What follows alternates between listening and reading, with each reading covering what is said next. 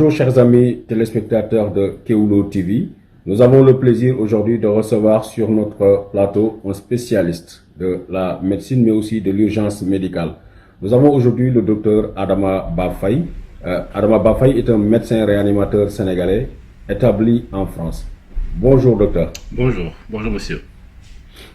Oui, dites-moi, vous êtes au cœur de l'urgence médicale en France.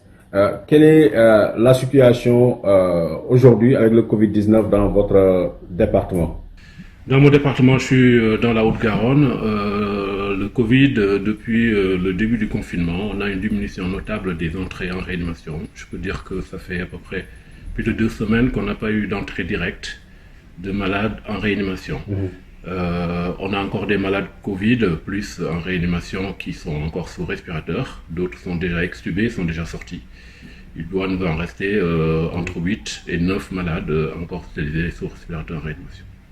Vous êtes au cœur de cette pandémie qui a fait beaucoup de morts en France, mais aussi vous avez l'esprit tourné vers le Sénégal qui est votre pays d'origine.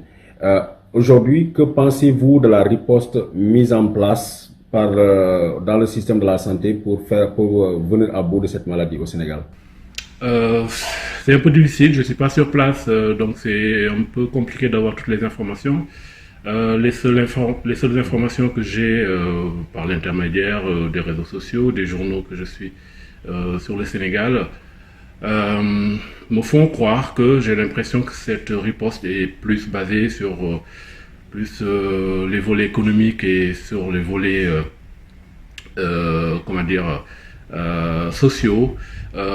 J'aurais aimé que l'État mette un peu plus l'accent sur l'équipement de nos hôpitaux en service de réanimation, parce que c'est la réanimation qui permet de sauver les malades Covid.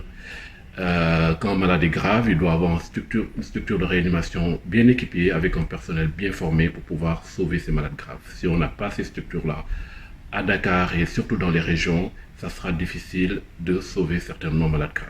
C'est mon avis là-dessus. Loin du Sénégal, vous avez aussi, vous vivez aujourd'hui ce qui est la polémique concernant l'interdiction du rapatriement des Sénégalais morts de Covid-19 à l'étranger. Hier, vous avez fait une vidéo dans laquelle vous êtes en désaccord avec cette phase.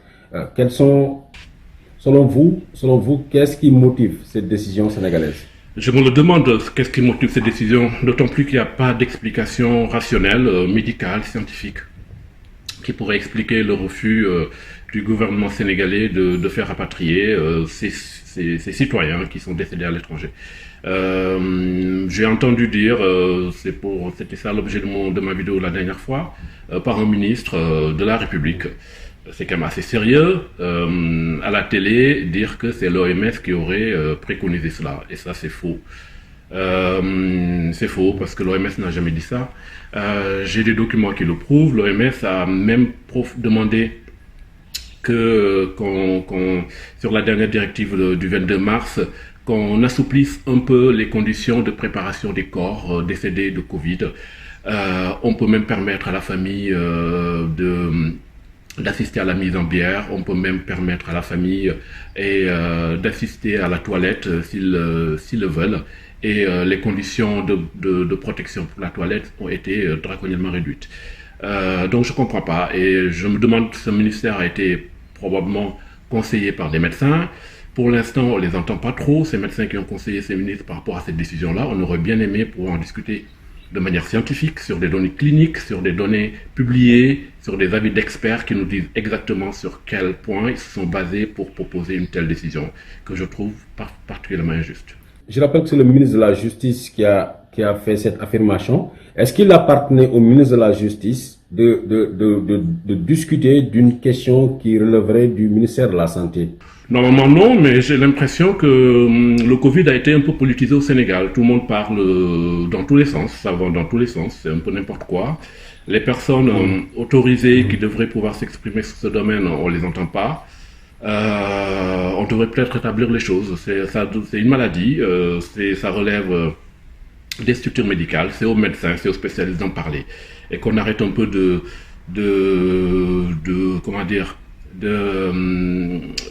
d'hystériser le débat. On a l'impression qu'on fait peur à la population. La population, du coup, ne parvient pas à intégrer les préconisations qu'on leur demande de faire, les mesures barrières. Parce que quand on a peur, on ne peut plus réfléchir. Il faut quand même qu'à certains moments, qu'on explique aux gens comment faire pour éviter de tomber malade. Et cela, c'est au rôle de ministre de la Santé de faire la communication. C'est pas juste de donner le nombre de malades, le nombre de décès, le nombre de personnes guéries. C'est également permettre à la population, dont la majeure partie est illettrée, de comprendre c'est quoi une méthode barrière, à quoi ça sert. Si on comprend pas pourquoi on doit mettre un masque, on peut pas mettre un masque. Si on comprend pas comment on doit se laver les mains, on peut pas se laver correctement les mains. Et si on comprend pas pourquoi on doit laisser une distanciation sociale, on pourra pas le faire. Et donc la maladie va continuer d'évoluer. Comment se fait-il que le ministre de la Justice du Sénégal, troisième personnalité de l'appareil étatique, peut inventer quelque chose et le mettre sur le dos de l'OMS? Comment cela a pu arriver? J'imagine parce que son collègue de la santé lui a dit, et j'imagine que son collègue de la santé, il y a un médecin qui lui a dit. Je pense pas que son collègue de la santé n'est pas médecin, lui non plus. Donc s'il sort des affirmations comme cela, il y a bien quelqu'un qui leur a dit, qui leur a sorti cette affirmation. Nous, on demande juste que cette personne, ou ces personnes, ce comité, qui nous sortent le document sur lesquels ils se sont basés pour dire de telles affirmations. Parce que, je répète, c'est complètement faux, c'est loin de la vérité, et c'est vraiment dommageable que la population sénégalaise, qui a élu ces gens, qui leur a fait confiance, et qui se permettent de sortir des affirmations aussi ridicules. On attendait le ministre de la Santé, c'est le ministre de la Justice, c'est le ministre de l'Intérieur, c'est le ministre des Affaires étrangères, surtout Amadou Ba, qui ces derniers temps avait dit aux Sénégalais qui devaient mourir de Covid-19 qu'il leur achèterait des tombes à l'étranger. Cette annonce a été très mal prise dans la communauté. Vous qui êtes aussi de la communauté sénégalaise, quelle est la lecture que vous faites de cette promesse encore, d'acheter des tombes pour les Sénégalais à l'extérieur? C'est une communication politique. Leurs tombes, on n'en veut pas. Les Sénégalais sont toujours débrouillés à l'étranger par eux-mêmes. L'État sénégalais, on l'a jamais vu. Les consulats et les ambassades sénégalaises à l'étranger, c'est pour faire de la politique. Quand les Sénégalais sont mis en prison, quand les Sénégalais sont maltraités à l'étranger, on les a jamais vus. Donc c'est que de la communication politique. Il faut qu'ils arrêtent un peu. On n'a pas besoin de tombes à l'étranger. Si on a besoin de tombes à l'étranger, on peut se les payer nous-mêmes. Ce qu'on demande, c'est d'avoir le même traitement que tous les Sénégalais. On est des Sénégalais comme tous les autres. Énormément de Sénégalais aussi sont dans des situations inconfortables.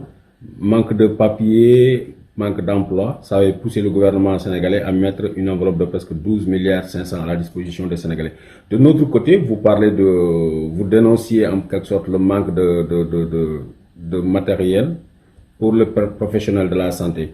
Est-ce que ces deux positions, le Sénégal qui dit j'ai suffisamment de ressources pour aller aider mes fils qui sont à l'étranger, et sur le territoire, les gens qui doivent combattre cette maladie n'ont pratiquement pas de moyens. Quelle lecture faites-vous de cette situation? Mon avis là-dessus, c'est que, et je pense que la plupart de mes compatriotes établis à l'étranger sont d'accord avec moi, les 12 milliards que l'État sénégalais va envoyer à l'étranger, c'est pour faire de la politique. On n'en veut pas. Il faut qu'il le garde au Sénégal, il faut qu'il en achète du matériel pour les hôpitaux. Il faut, peut-être avec ces 12 milliards, on a la possibilité d'équiper 3 ou 4 services de réanimation dans les régions. Ça servira peut-être à quelque chose, parce que finalement, quand nos parents sont malades au Sénégal, c'est notre argent qui permet de les soigner. Le gouvernement sénégalais ne les soigne pas. Donc gardez cet argent, s'il vous plaît. Allez équiper des services de réanimation à Kaolack, à Thiès, à Ziguinchor, à Tambacounda. Ça aidera peut-être la population. D'autre part, qu'est-ce que je voulais dire également sur la communication gouvernementale. Donc quand c'est le ministre de la Justice qui sort de telle théorie, c'est le ministre de la Justice parle au nom du gouvernement sénégalais. Cette directive, c'est une directive du gouvernement sénégalais, donc ça implique tout le monde, que ça, du président de la République jusqu'au dernier des ministres. Donc nous on considère que c'est une décision qui est pas du tout juste. On se bat pour rétablir la justice. Il faudrait que, à certains moments, que ce gouvernement sénégalais sache que les Sénégalais établis à l'étranger sont des citoyens comme tous les autres. on participe parfois peut-être même plus que les citoyens lambda qui habitent au Sénégal. Donc à un certain moment, il faut que vous nous respectiez. Il faut que vous nous parliez d'égal à égal. Il faut que vous nous consultiez avant de prendre des décisions qui nous concernent. Docteur, on a aussi eu une information concernant toute la procédure mise en place dès le constat du décès de Covid-19, sa prise en charge par les forces de défense et de sécurité au Sénégal, contrairement à la France où c'est les professionnels de la santé qui s'occupent de ça. Au Sénégal, c'est les forces de défense et de sécurité qui prennent en charge le corps jusqu'à dans sa tombe. Quelles sont les possibilités, les failles de contagion de ces personnels des forces de défense et de sécurité? Parce qu'on a les services d'hygiène, on a les sapeurs-pompiers qui interviennent tous ensemble pour la prise du corps jusqu'à la tombe. Sur la procédure que j'ai lue du ministère de la Santé par rapport à la prise en charge des corps de personnes décédées de Covid au Sénégal, effectivement, j'ai vu, c'est le service d'hygiène et les sapeurs-pompiers. Mais la procédure est complète, elle est bien faite, elle est même, il y a même trop, mais tant mieux. Je pense que l'endroit où le décès est survenu a été bien désinfecté. On met le corps dans 2 housses qui ont été préalablement bien nettoyées et pendant toute la procédure. C'est encadré par le service d'hygiène et les sapeurs-pompiers. La famille n'a pas de possibilité d'avoir de contact avec ce corps et ça va jusqu'au cimetière. Et au cimetière, ils ont même prévoir des tombes d'au moins 2 mètres de profondeur. C'est tant mieux. C'est bien fait, ça évite des contaminations. Après, le véhicule est nettoyé, tout le matériel est nettoyé, mieux vaut faire cela. C'est pas grave, je pense qu'on en fait trop, mais pourquoi pas. Nous, ce qu'on demande, c'est que les corps qui ont quitté la France, qui ont quitté la Belgique, qui ont quitté Madagascar, je ne sais pas, tous les pays du monde, quand ils arrivent, ces corps étaient préparés. Sinon, le pays d'où ils partent n'accepterait pas que ces corps partent. Sinon, la compagnie aérienne qui a fret n'accepterait pas que ces corps rentrent dans l'avion. Bon, le corps arrive à Dakar. Pourquoi nous on demande que juste la procédure que le ministère de la Santé a écrite, que quand les corps arrivent à Dakar, qu'on mette cette procédure en place, que ça soit éventuellement le service d'hygiène et les sapeurs-pompiers qui viennent chercher le corps à l'aéroport et qu'ils amènent le corps en présence de la famille jusqu'au lieu de l'inhumation. Comme cela, ça évitera qu'on sorte le prétexte que les Sénégalais risquent de faire n'importe quoi, comme si les Sénégalais sont des gens irresponsables, c'est des enfants. Non. Maintenant, il faut qu'on prenne tous les Sénégalais au même pied d'égalité. Les corps qui viennent de l'étranger ont le droit d'avoir la même prise en charge que des corps décédés à Kaolack ou à Ziguinchor. Oui, docteur, autre chose, pendant très longtemps, pendant plus d'1 mois, on a pensé que on n'aurait pratiquement que 2 morts, même si c'est 2 morts, c'est 2 morts de trop de Covid-19.